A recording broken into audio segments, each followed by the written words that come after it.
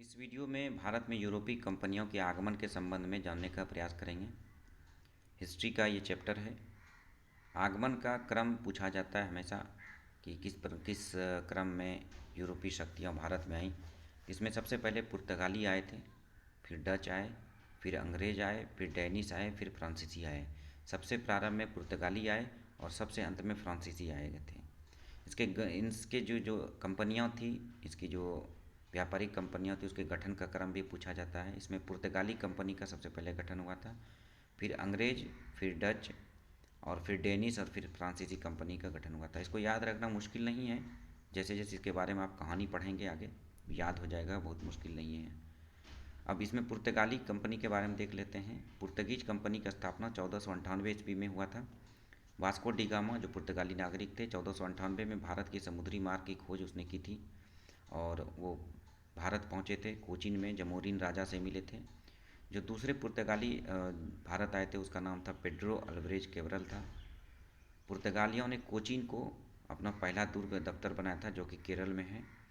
Francisco Almora प्रथम viceroy था या हेड बनकर आए थे पुर्तगाली के।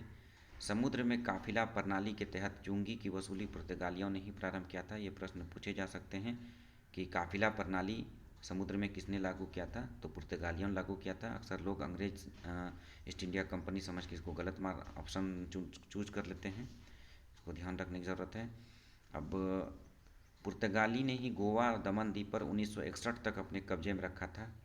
और पुर्तगालियों के आगमन से भारत में तंबाकू, जहाज निर्माण और प्रिंटिंग प्रेस की शुरुआत हुई। ये बहुत ही महत्वपूर्ण है ये पॉइंट। तंबाकू, जहाज निर्माण और प्रिंटिंग प्रेस की शुरुआत हुई थी पुर्तगालियों के कारण।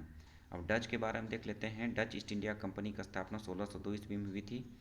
दक्षिण भारत में मुसलीपट्टनम में अपना पहला दफ्तर या किला बनाया था और पुलिकट में गोल्ड्रिया और चिंसूरा में गुस्ताउल नाम का किला बनवाया था। तो गोल्ड्रिया और गुस्ताउल नाम का किला डचों ने बनवाया था, ये याद रखने की ज़रूरत है, पूछा जाता है एग्जाम में। इनके द्वारा स्वर्ण सिक्के चलाए गए थे जिसको पैगोडा नाम दिया गया है। लेकिन अंग्रेज़ों से बेदरा के युद्ध में हार के कारण भारत में इसकी गतिविधि समाप्त हो गई थी। मतलब बेदरा के युद्ध को याद रखना है, अंग्रेज और डच के ईस्ट इंडिया कंपनी के बीच में हुई थी। अगला है France. France east India company की स्थापना 1664 में हुई थी और सूरत में अपनी पहली कोठी या दफ्तर खोला था। फ्रांसिस मार्टिन ने पांडिचेरी की स्थापना की थी। मतलब पांडिचेरी जो आज देख रहे हैं उसको बसाया था फ्रांसीसी जो अधिकारी थे, फ्रांसिस मार्टिन। अंग्रेज़ों के साथ इसकी लड़ाई हुई थी दक्षिण भारत में, जिसको कर्नाटक युद्ध कहते हैं। अंत में 1707 में वंडीवाश का युद्ध हुआ था अंग्रेज़ों के साथ, जिसमें इसकी हार हो गई थी। तो वंडीवाश के युद्ध को याद रखने की ज़रूरत है, अंग्रेज और फ्रांसीसी में हुई थी।